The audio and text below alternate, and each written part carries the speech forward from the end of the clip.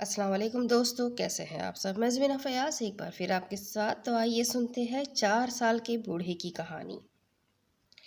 एक दिन एक ईरान का मशहूर बादशाह नौशरवा कहीं जा रहा था कि रास्ते में एक बूढ़ा मिला, जिसे देखकर बादशाह ने पूछा, बड़े मियाँ तुम्हारी उम्र कितनी होगी।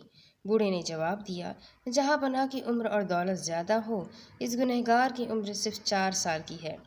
नौशरवा ने कहा, ये बुढ़ापा और इतना बड़ा झूठ, तुम्हारी उम्र कम से कम 80 से कम नहीं हो सकती। बूढ़े ने जवाब दिया, जहाँ पनाह हुजूर वाला का अंदाज बहुत दुरुस्त और बिल्कुल सही है, मगर 80 में से 76 साल इस आजिज़ ने यूं ही गवा दिए, जिनमें सिर्फ अपना और बाल बच्चों का पेट पालना ही मैं अपना काम समझता रहा। इसके सिवा ना कोई नेकी कमाई और ना किसी गरीब की मदद की।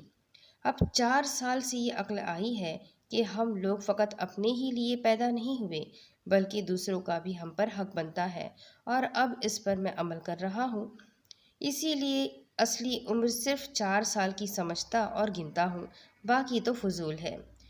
बूढ़े ने कैसी अच्छी बात कही कि जब तक आदमी अपने काम को ना समझ ले, आदमियों में नहीं गिना जा सकता।